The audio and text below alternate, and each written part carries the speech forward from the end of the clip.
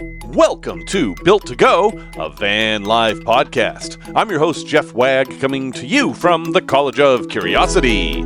This time it's episode 305, and we're going to talk about KISS. That's right, keep it simple, silly. It's important that you understand what's in your rig, and that means simplicity. We're also going to talk about a new stereo review that I have in my truck that I've been working on a long time, a tale from the road about road rage, and a place to visit that is literally a Hallmark movie. Because people like these things. I'm not exactly sure why, but the Hallmark Channel is a thing. Anyway, thank you for joining me here once again, and I cannot believe we're at 305 episodes. Why, that's almost an area code, like the one in Miami, which means nothing, so I should probably just, talk about what I want to talk about here. Hey, I ran into a woman at VanFest last year, my last VanFest, sadly, because there aren't anymore. That was the last VanFest. And I had offered to help out with people who had trouble with their rigs, just little stuff. I helped a woman with a plumbing leak problem, and I helped another woman with a plumbing problem. They seem to be the most common. But it was all women as it happened, and that doesn't mean anything. It's just that's how it was. Oh, that's not actually true. There was a gentleman who asked me to help him out with a diesel heater as well. Anyway, point is, this woman's rig was a very fancy rig, and she didn't build it herself. She wanted everything built the best it could possibly be. She was willing to put money in this project, hired an excellent craftsman, and he built her a great adventure rig. I think it was a Ford Transit, fully decked out, ready to go. Very, very sophisticated electrical system, lots of batteries, lots of solar. Wonderful rig. And her batteries were dead and she couldn't do anything. And so she asked me to try to figure it out. And, I'm like, okay, sure. I mean, I have an understanding of how these things work. I've built several of these rigs. I understand the principles of power goes in, power comes out, all that kind of stuff. So I'm hoping to find like a switch that's in the wrong place, or a loose wire, or a bad fuse, or something like that. She shows me her rig, and inside the garage are all these batteries and a wall of little blue modules, some of which were blinking and some of which weren't. Now, many of you already know the problem, but this is what I'm calling the Victron problem. So Victron is the highest regarded maker of electrical components for vans and actually marine applications, sailboats and things like that. That's their real forte, but it bleeds over into van life. Very, very good stuff, very highly regarded, very expensive stuff, but also a little bit different kind of stuff. So many of us use, say, a Renogy controller or EcoWorthy or something like that. And you end up with this box that has a screen on it, and you learn over time that, what the error codes mean. They're in the manual, they're in the app, and you get to learn how the symbols work. Like, this one means it's getting solar power, this one means the power is going to the battery, it's this many amps, I've collected this many amp hours today, etc., etc., etc. It's not obvious, but it's easier to learn than Victron, because the Victron stuff really doesn't have any information on it. Each individual module, and there are a bunch of them, has one or two lights, maybe. It may not even have that. And you're supposed to have a separate module that basically ties into all this stuff and tells you what's going on. And then, of course, there's another module for Bluetooth and whatever, and you can use an app. And I couldn't tell what was going on with her rig because she didn't have the app, and the module that was supposed to tell us what was going on didn't seem to be working. All I could tell her is that her batteries were dead. I brought over my multimeter and I showed her that the voltage was too low, and she said, we're in Florida, it's full sun, why aren't these charging? And she's right. There was sun, there were solar panels. The Victron system somehow was preventing the power from the solar panels from getting to the batteries. And I couldn't figure out why, because I couldn't see anything. I didn't even know what all the modules were. With the Victron system, you don't just have solar panels, solar controller, and then batteries. You have solar panels, solar controller, power distribution, current modulation. I mean, there's all these different little things, and they all serve a purpose, and they make a very robust rig. But when something goes wrong, you're done. Unless you have learned how every one of these things works, you need someone else to help you, and that someone needs to be a trained Victron person. It's not stuff that you can just figure out without going through the training, and Victron offers the training. And this is something that has led me to my stance on van life these days, which is, keep it simple, silly. I'm not going to call anybody stupid. Keep it simple, silly. The best stuff isn't necessarily the best stuff because there are many, many different bests. Look at cars, okay? What's the best car? Well, a Formula One racer is going to be up there with the fastest cars. Is that best? Or a station wagon can hold a whole lot more stuff. I know we don't have station wagons anymore. I'm old. Give me a break. It can hold a lot more stuff than a convertible. Does that make it best? Or is a pickup truck best because it can your best varies. And I think the word best is actually a problem. What we need to be thinking of more than best is optimal. What is the optimal setup I can have here? And optimal has built into it the concept of compromise. So let's compare the Victron system to the Renogy system I typically have, okay? My Renogy system is solar panels of whatever kind, wires go into the MPPT solar controller, and then wires come out of the solar controller and go into my batteries, okay? The solar controller is this big thing that's a little bit awkward. It's kind of too big. And then the way the wires fit in, that you can't really hide this thing, and I don't know. It's not the greatest configuration. The screen is hard to read sometimes. And from what I've read, their reliability is much lower than Victron. But the initial price is a lot lower, and I understand it. I can troubleshoot my Renogy system. I can figure out what's going on. And yeah, I've had to call Renogy. I did have a problem with a Renogy battery that, even though it had been charging all day, it still said it was only at 40% charge. And I'm like, what's going on? And I found out that it was a BMS problem, that in order to set the BMS up properly, you have to discharge the battery nearly to zero and then charge it back up a couple times so it knows what it's doing. I'm like, okay, now I know that, and I'm not concerned about it anymore. I had to call tech support for that. But the power was always there. I always had power. With my Renogy system, I have never had a situation where I was trapped without power. Now compare that to her Victron system that she probably spent a few $1,000s on. She was stuck without power.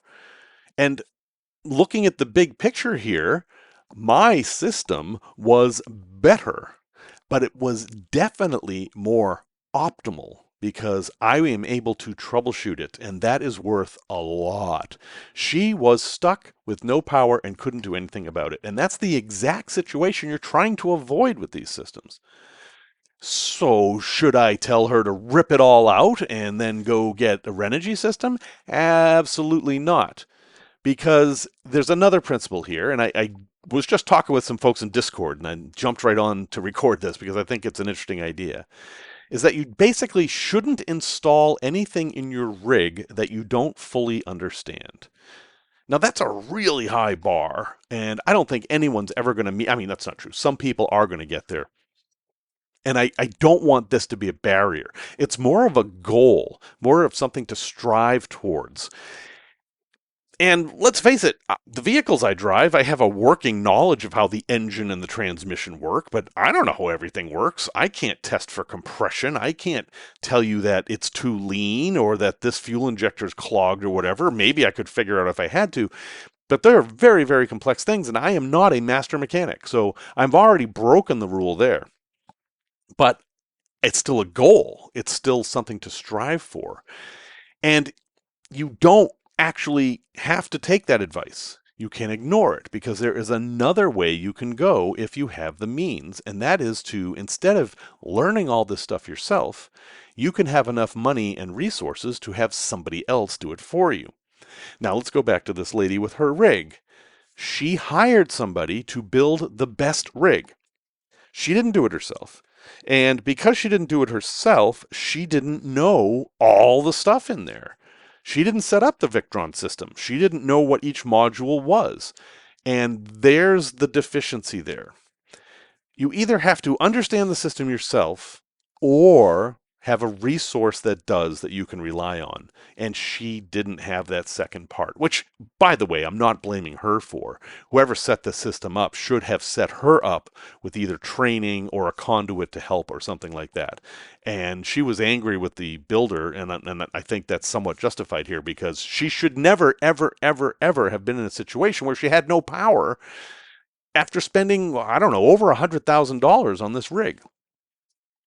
So if you're building out your rig, or if you have a rig that you just got and you're like, I have no idea how any of this stuff works, you should try to overcome that somehow. And you can do it either way. You can learn all the systems yourself, take them apart, put them back together, see how they all work so you know that you can troubleshoot them and fix them. Or you can gather your resources and come up with a list of who you're going to call for whatever thing goes wrong. Like, do you have an electrical person who can help you out? Do you have a plumber who can help you out? Do you have a mechanic? You're going to need a mechanic. Almost all of you guys are going to need mechanics who can help you out. And that was, just sidebar here, my Sprinter, that was the big problem, is I could not fix the resource problem of the mechanic. It was beyond my capabilities, and I could not find a reliable mechanic that would work on it, and that was what ended up killing it. Of course, the fact that it needed a mechanic so often didn't help. But that's how van life in that particular van ended for me, was because I couldn't finish this equation that I've just set up for you. Now, I don't like setting rules, so I'm calling it a rule, but it's not a rule. It's a principle. It's something that you should consider, because I have seen so many people come up with a budget. I've got this much money to spend on a van, and they will get the fanciest thing they can get for that money, not knowing how to fix anything. And they just go out and they don't know what an amp is or a watt or why water doesn't come out and why do I have to flip a switch for water? I don't have to do that at home. I've seen this many, many, many times, and you're going to have a bad time. There is nobody who has ever done van life or owned an RV who never had a problem. I challenge anyone to say that I've been camping in my rig for 10 years, never had a problem. You are lying. You're either lying or someone else is fixing the problems for you. These are complicated, very highly anthropic pieces of machinery where stuff's falling and breaking and everything moves. Stuff will go wrong. That is what you are signing up for. You're going to pay all your money for this thing, and you're going to have things go wrong. Yay. That's what we're all in here for. But it's overcomable, obviously. There are tons and tons of us out here doing this, and we've done it either way. Another resource you can have is community. A lot of times people go to these events basically to meet people and ask for help. That's totally legit. I mean, I helped 4 different people when I went, and I've got a friend named Scott who's finally out in his rig. He helps people constantly. In fact, it took him years to build his rig, I think because he was spending so much time helping other people. And I'm going to mention Scott a little bit more here. Scott has a Victron system, and he went to school to learn how to use it. Victron offers classes that you can go to. They're like weekend classes. And I was supposed to go to one, actually, but something happened at the last minute, and I couldn't. It was in, motorhome land in upper Indiana. If you've ever driven through Indiana, you know where I'm talking about. And they teach you every component, how it works with the other components, how to troubleshoot it and everything. And that's exactly the right thing to do. If you're going to go the Victron route, which is quote-unquote the best, you got to spend the time to learn how to use it and troubleshoot it as well. And sometimes that's a bar that's too high. For me, I'm perfectly happy with Renogy. I understand they've got reputational problems, but it's simple to me, and I'm going to keep it simple, and I will always have power. And if the thing breaks, I'll probably know why, and I can fix it. And that gives me a lot of confidence. And a lot of times that is the biggest factor in enjoying van life. Tech Talk. Let's talk about clips. It's very exciting stuff here. No, I'm not talking about that weird little chip clip thing that's on a lot of Sprinter dashboards that always gets broken off, and then the new owner's like, what went there?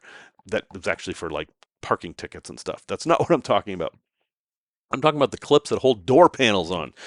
So if you're going to build out your own rig, or if you're going to do any kind of modifications, eventually you're probably going to want to remove the door panels. And they're held on with these clips in most cases. The old days, they were screwed on. Undo the screws, you take the panel off, you put the screws back on, it kind of made sense. But nowadays, not so much. They're all done with clips. And the reason they're done with clips is because it makes the initial assembly of the vehicle quicker, which is a very big deal in the cost of vehicles. So on the assembly line, a guy can just pick up a panel and snap it on, bang, bang, bang, bang, bang, and it's done and move on. The problem with these clips is they're not meant to be taken off. You can take the door panel off. I mean, it's not a permanent installation, but usually the clips will break. And then you're like, oh no, I broke my van. So I'm telling you that it is okay to break clips. Any kind of clips, anywhere in your vehicles, little plastic clips that hold anything in place, it is okay to break them. But what do you do when you break them? Well, first thing you want to do is learn how the different clips work. Some of them just snap in and snap out. Others have a little pin in the middle that pops out. And you put the clip in, and that pin goes in and locks it. And you got to take the pin out before you undo it. There's a bunch of these, and you're going to want to spend some time looking at them and figure out which kind your vehicle has. But the ultimate solution to the clip thing, and this is what I did in my Sprinter, because the Sprinter had these really brittle clips that it was almost impossible to take out without breaking them. So I bought a big bag of clips. I bought a bag of 100 clips off eBay. You can find them on eBay or Amazon. You have to know what you're looking for, and that's the hardest part. You basically have to start this by ripping off a door panel and seeing what the clips look like, and then finding them. You can buy bags of mixed clips. That's not a bad thing to do either. They're not very expensive. But the bottom line with taking off door panels and insulating behind them or running wires or whatever it is you're doing is you're going to break clips, and it's okay. Don't worry about it. The mechanics break clips too. Anybody working on a car in a car shop or especially a body shop, they've got boxes and boxes and boxes of these clips because they break all the time. The panels are not meant to be taken off that often, so the manufacturers don't care. But you do. So buy yourself a bunch of extra clips. And if you're in a situation where you have a panel that you're going to be removing all the time, consider not replacing the clips and consider fastening that panel in another way. You're modifying your vehicle. It is okay to put in some Velcro or some screws or whatever you need to do to hold that panel in place so you can take it on and off. That is completely fine. I'm giving you permission to do this. Product review. So, I have finally made the video for this stereo that I put into my truck. I have put 4 stereos in my truck now. I think I'm done. I think the next time some manufacturer says, hey, we've got this new stereo, why don't you try? No, thank you. Because for 2 reasons. One is I'm really tired of ripping that dashboard out and breaking clips. And I'm also really tired of just having to learn a new stereo. But this new one, I think, is a good one to end on because they did something really different with this. So the company's name is Top Display.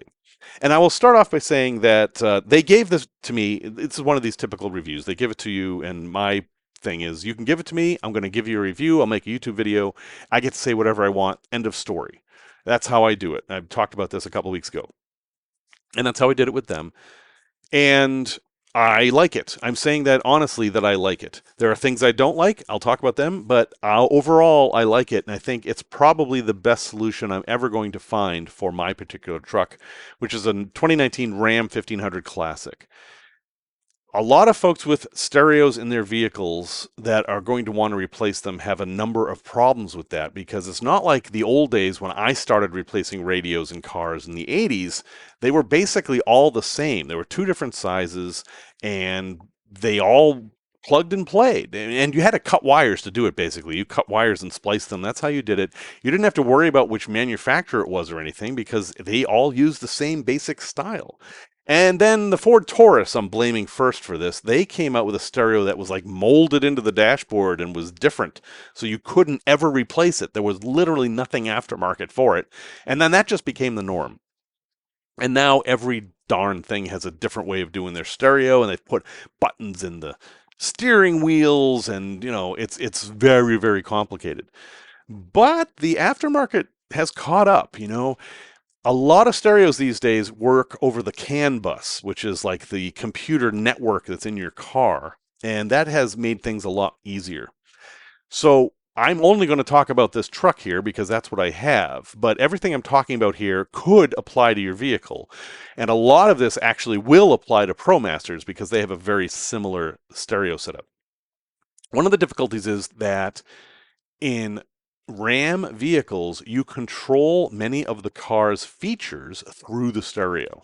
So it comes with a stereo, and you set, like, you want the headlights to stay on after you turn off the car, or you want the headlights to be on in the daytime, or you want the horn to beep after you lock it. All that kind of stuff you actually set in the stereo. And if you replace the stereo, you are taking away the interface that controls those things.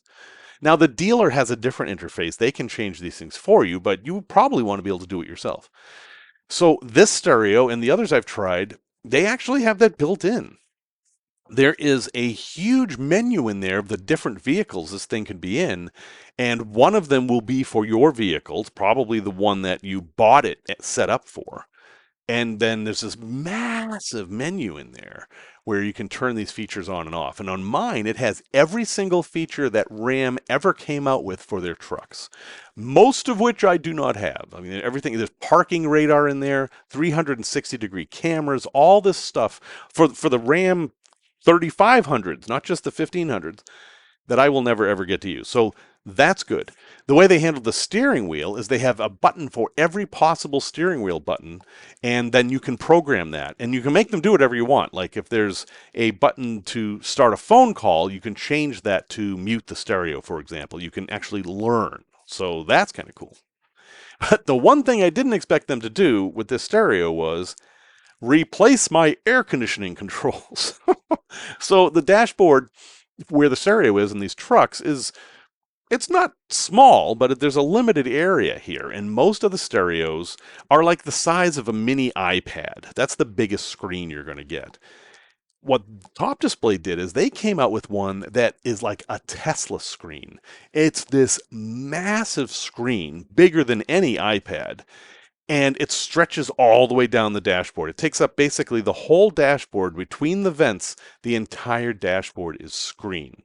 And that eats up the air conditioning buttons and knobs and stuff. And at first I was like, I don't know that I want to use a touchscreen for all that stuff. I mean, one of the problems I have with Teslas is that you have to use a touchscreen to open the glove box. And I think that's silly, and I don't want to get to that point. But it turns out they knew that. And on the sides of the screen, there are buttons for all the common stuff you're going to do. There's fan speed up, fan speed down, temperature up, temperature down, turn on the air conditioner, turn off the air conditioner. The hazard light switch they also took, so the hazard lights are on there too. And on the other side, there's start a phone call. There's a knob. This thing has knobs. A knob for volume up and volume down, and another knob for track seeking. And there's buttons inside the knobs. One of them turns off the screen. The other one mutes the sound. I mean, that is amazing. I love that. And the screen itself is a full-on Android tablet. 100% functional Android tablet with cellular phone access for internet, and it even comes with a SIM card with 2 gigabytes of free data on it. So you don't even need to hook your phone up to it if you don't want to. You can just use this Android tablet with every Android app there is. Google Maps, Zoom phone calls, YouTube, Netflix. Yeah, you can watch Netflix while you're driving. If you're an idiot. Don't do that. But you could. That's amazing. But it also, of course, does CarPlay and Android Auto, which is what I use because those are designed to be used while driving. So I have an iPhone, so I use CarPlay. The way it uses CarPlay is interesting because it takes advantage of a new thing called Smart Display Zoom, and it actually takes up the whole screen with CarPlay. It used to be that larger screens couldn't do that, and they'd only have CarPlay up at the top. Now you can use the whole screen with CarPlay. That kind of wastes screen if you think about it. You don't need the whole screen to be CarPlay. So CarPlay now is modular where you can have the map on top and then your music in the corner and then like notifications of upcoming events on the side, or you can have it have written out instructions for your route or whatever. I love it all. It all works. And this is subjective, and I didn't do any like scientific testing of this, but I think it sounds better than any of the other stereos too. Lots of bass response. This is one thing you'll notice, I think, with any stereo that you're going to put in when you replace the stock stereo, is that the bass sounds better because they're usually in modern vehicles, and we're talking about a 2019 here, so it's not that modern. There is some sort of subwoofer or big speaker to produce bass, and the stock radio doesn't take advantage of it. And that just might be a marketing thing. Well, if you get the upgraded radio, you can have the premium sound. And actually, the premium sound is just that it uses the stuff that's already in there. I don't know how they do that. But this is what I have noticed is that after I've messed with the settings, the sound has been much better. And this is where we need to talk about the problem with these things, the settings. There are probably 6 different screens of settings, and they're all over the place, and trying to figure out which one has the setting that you want is very difficult, and there is no manual. None of these have had manuals. This one had this little tiny instruction thing that was fine. It showed pictures of what you were supposed to do, and that was good because I was able to figure out what plug went where and all that. But as far as figuring out what setting goes where, holy cow, it is hard. I have done it. I've got it set up exactly the way I want. Everything works. So that's great, but it took some time. And these are Chinese companies, and they're translating stuff into English. So there were some typos, like Google was spelled Goolge, which I reported to them, and they're supposedly going to fix. And stuff in there, I don't know what it was. There was something called magic button. On or off, magic button. I mean, I think I want the magic button, but I don't know. So I left it off. I don't know what it does. There was another one called faction. Does this, like, if you're going to be in some underground faction, like overthrowing the government or something, do you press this button? I don't know. I left that one off. All right, I left it on for a little bit, but then I turned it off because I felt guilty. Anyway, that part is a challenge, and you're going to have to get over that. The other challenge, which wasn't that big of a deal, was the installation. So this is a heavy unit, and the installation was a little bit more intricate than most of them. It came with its own screws, and you have to use the screws that come with it because they're stronger than the screws that the original stereo came in. And there was one part that you really needed some physical strength to get the top to hook under the bezel and then screw it in. I mean, you had to bend plastic out of the way. At first, I thought they sent me the wrong one and that it wasn't going to fit. And then I realized that it was that tight because it needed the strength. Also, when you install one of these things, this is going to be true for any of them, you're going to have a ton of wires that you have to very carefully stuff into the dashboard so you can actually put the stereo back in there. And that takes a bit of organization. The other thing I'll say about these is that this is, again, I've 4 of these now, I forget, but the backup camera is the biggest issue that most people have. For me, in all of these, I've literally just plugged it in and it's worked, but a lot of folks have trouble with it. And I think the protocol for the backup cameras has changed over time. What I like about this stereo in particular is that it let you change the settings for the backup camera, like how many frames per second, whether it was PAL or NTSC, all this stuff. And while that's technical, I happen to have a background that I understood it, but it's figure-outable. On the other units, the backup camera would work or wouldn't, and you didn't have any visibility. You didn't know how to troubleshoot anything. So that's actually a good thing. And one last thing I'll say about it that really made me happy. You can use CarPlay and the internet at the same time over the hotspot on your phone. I never bothered hooking up the SIM card or anything because I knew I was always going to use the internet on my phone. I don't want another phone plan just for the stereo in the car. And on all the other ones, if I turned on CarPlay, it turned off the internet for the tablet part. On this one, the tablet part works, so you can go into the tablet and fire up Google and get a whole screen display of Google and then just switch back to CarPlay. That's awesome. I'm really glad that it does that. By the way, if anyone ever does this, the program that you care about is called Z-Link. Z-Link needs to be installed on your phone, and it will be installed on the stereo. This is the emulator that does Android Auto and CarPlay because none of these things are certified. They're emulating CarPlay. They're emulating Android Auto, which for me is fine. I don't care as long as it works. But I suppose at any time Apple could turn it off. I suppose. Maybe. I don't know. These things have been out for years, and they haven't done it yet. Anyway, I will have a link in the show notes to the video I made. I really like this thing. The company also makes smaller ones, which are a lot more affordable. That's another drawback of this one is that its retail price is $995, which is an awful lot. But if you're somebody who drives a lot and you are relying on your radio to keep you entertained and awake, it is probably worth it. It does take a while to get used to some of the things. Like now I have to press three screens deep to turn on my heated mirrors, which is weird, but I justified that by realizing that's not one of the features I use all the time. I want the features I use all the time to be easy, and if something is a little bit less often used, it can be buried that deep. You can't bury volume. You can't vary switch tracks. Those I use all the time, and this one has them right up front center. So that's it. The name of the company is Top Display. They're a new company on the market, and their website is ustopdisplay.com. Again, links in the show notes. They've been very good about back and forth with me. I ask questions, they answer them. That has worked really well, so I think they're going to be there to support the product. And it's a really nice product. It feels well built. It looks nice in the vehicle, and I'm really happy that I have it, and I'm pretty sure this is the last stereo I'm going to be putting in there. Tales from the road. So I had an incident. Yeah, I had an incident. I drive, a few hundred miles every week, and people drive crazy. And I can say, oh, people in Chicago drive crazy. And you'll be like, oh no, people in Pasadena drive crazy. Like, it's Atlanta. That's where the craziest drivers are. Have you ever driven in Boston? And let's face it, there's crazy drivers everywhere. And if there's one thing we all have in common, it's looking at some other state and saying that's where all the problem drivers are. I know Wisconsin thinks that it's all the Illinois people up there, but I've seen some Wisconsin plates doing some pretty sketchy stuff. Just saying. So,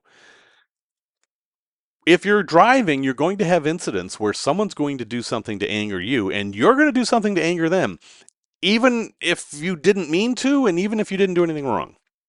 So I had an incident where I was in Chicago traffic in my truck, and it's a big truck, and this guy was coming onto the freeway, the expressway, the Dan Ryan, I think it was, and when you're coming onto an expressway, typically you yield, right? The traffic that's moving can be nice and let you in, but they don't have to. It's up to you to merge safely. And so it was really congested, and I normally will leave space for folks to come in, but there just wasn't a way to do it that was safe in this case. So I just maintained my speed, and it was incumbent upon him to slow down and wait until he could get in traffic reasonably. He did not think that was how it should work. He thought I should have somehow found a way to make him a hole. And what he did was he just got closer and closer and closer and closer. He was trying to play chicken with me, and he couldn't. I mean, there was literally, I had a car in front of me and a car in back of me and a car to the side of me. There was nowhere I could move. And I'm in a big truck, so I'm not feeling all that intimidatable anyway. I suppose I could have slammed on my brakes and made space for him, and then the guy behind me would have had to slam on their brakes, and so on and so forth, but that wouldn't have been safe.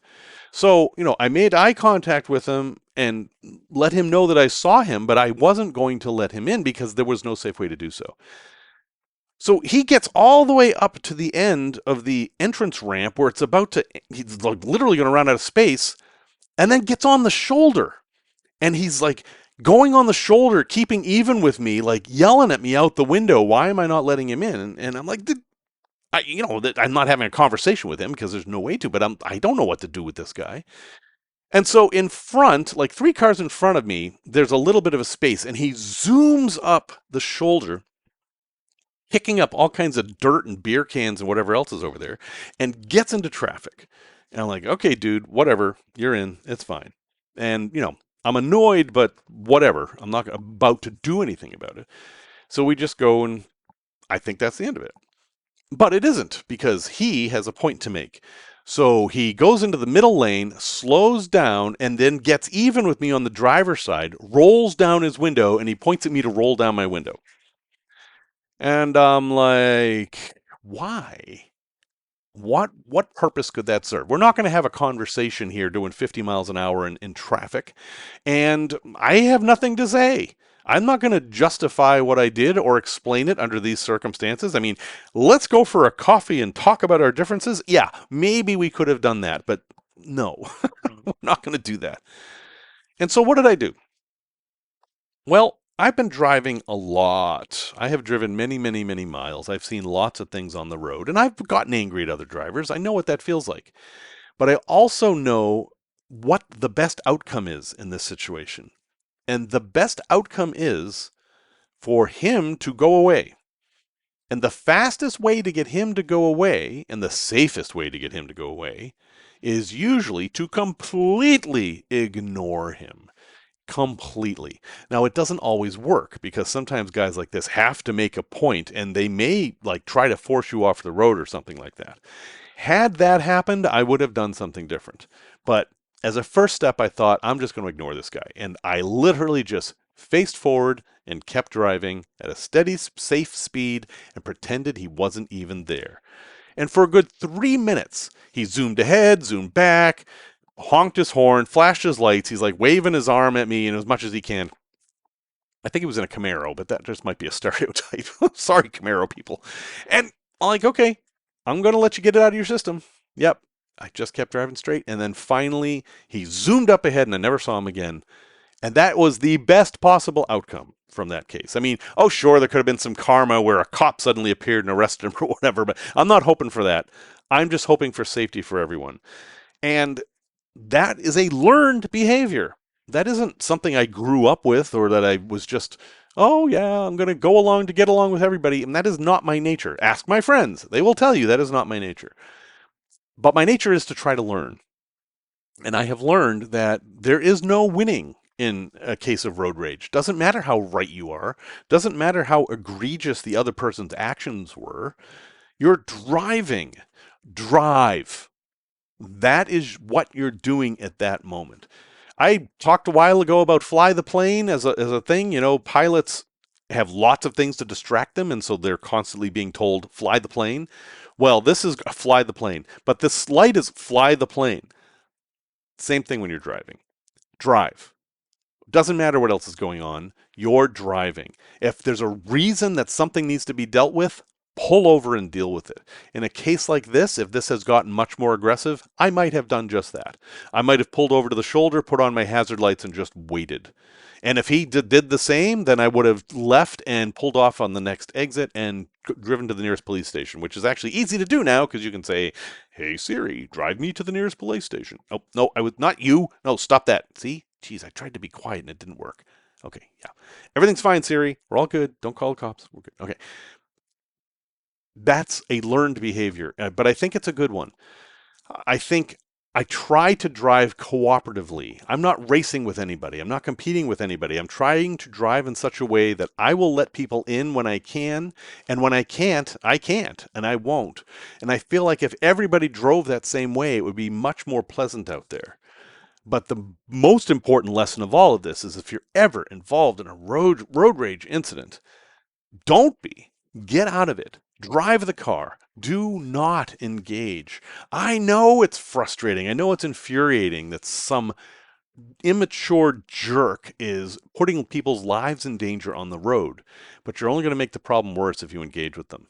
You are right. I'm on your side. I believe that you are right and you were not the one that caused this incident. I also believe that even if you did, road rage is not the proper response. Everybody makes mistakes out there while they're driving, and when it happens, think that, okay, well, I've made a mistake like this before, I'm going to let it slide. That's maturity.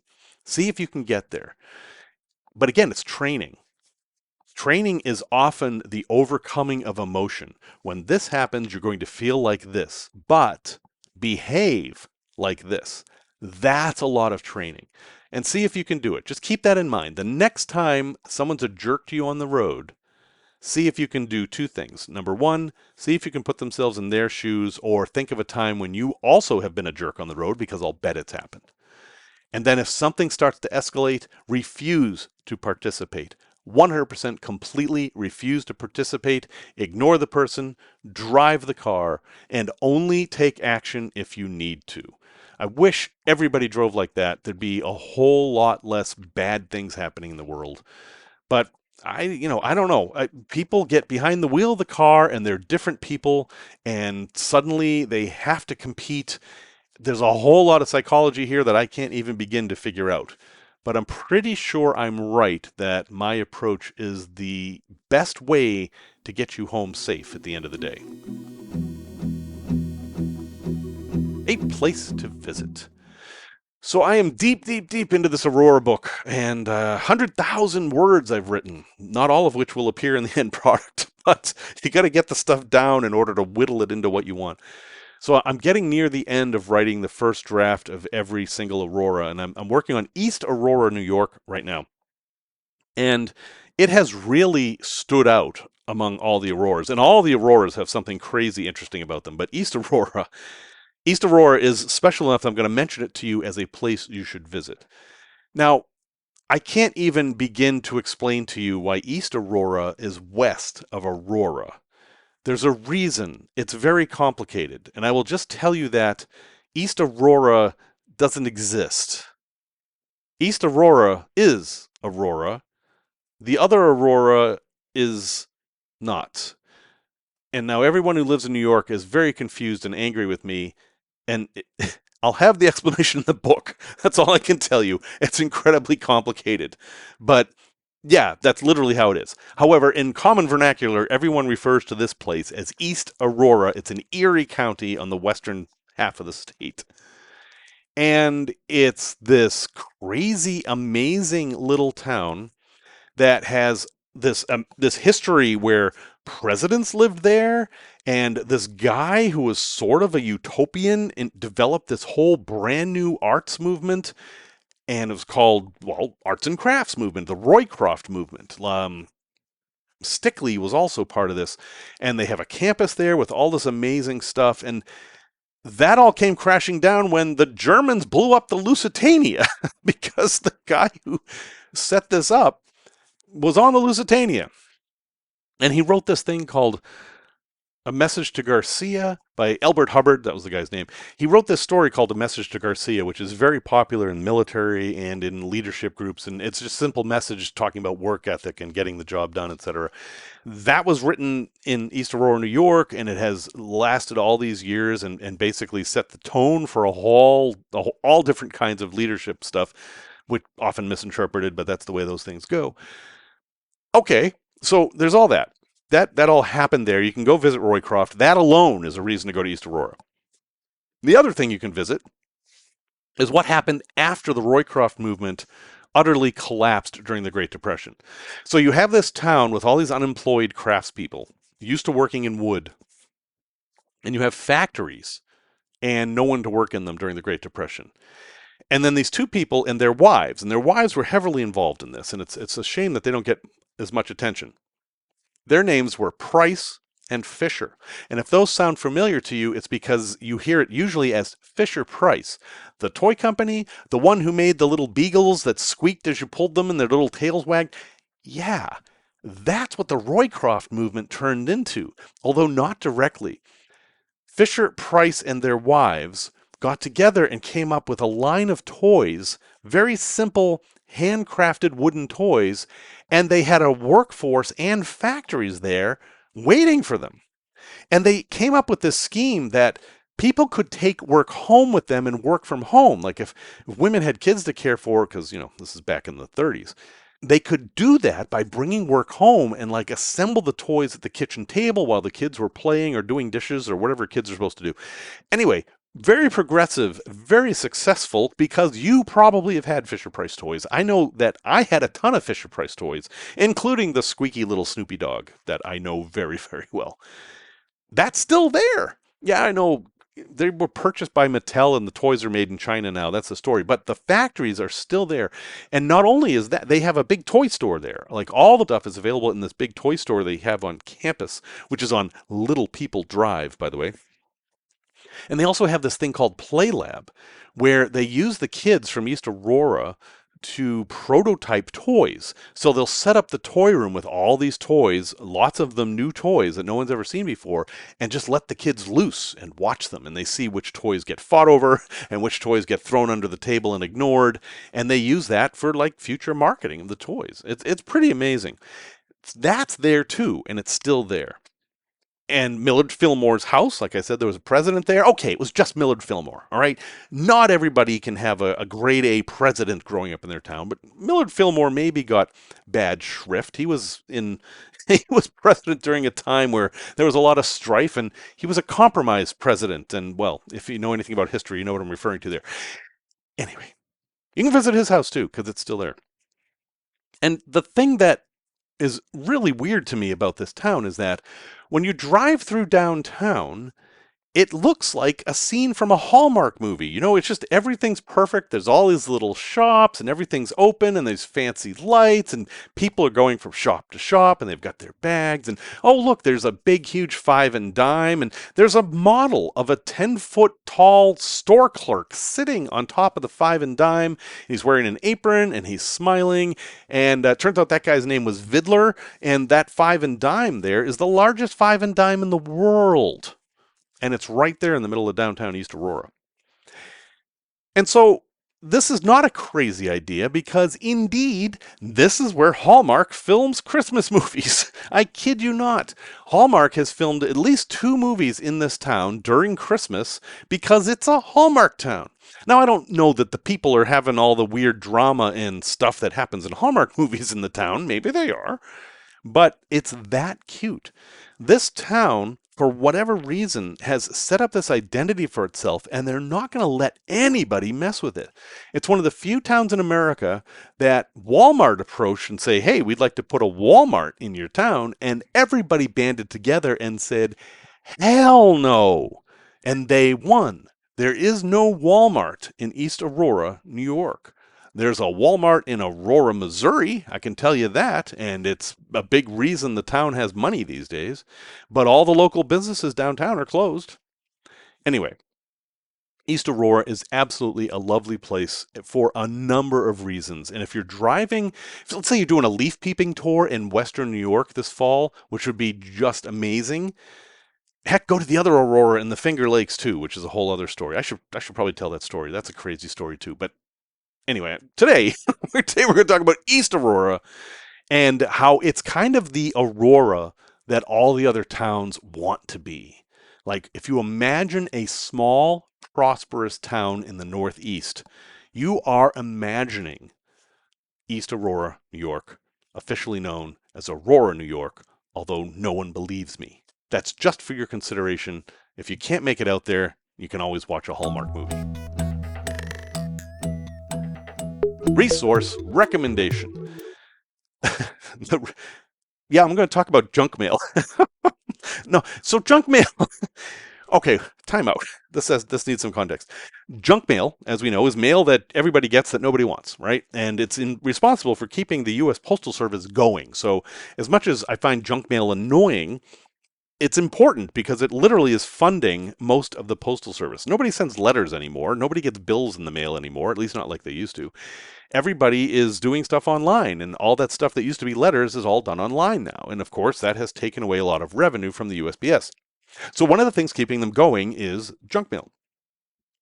Now, I live in a condo, and we used to have a trash can right by the mailboxes, and you would just go down there and people would take out their mail, sort through, maybe keep one thing, and then throw 20 pieces in the trash can. It had to be emptied every single day. And I am not afraid of doing that because most of that stuff is crap, but I do look through because occasionally there's the important thing. Now, down at Tiki Bago Land, our river property, where there isn't even a house, we do have a mailbox, and that mailbox gets junk mail. We don't ever get anything but junk mail in that mailbox. The mailbox is just there to mark that there's an address there because we established that address. That property had never had an address before.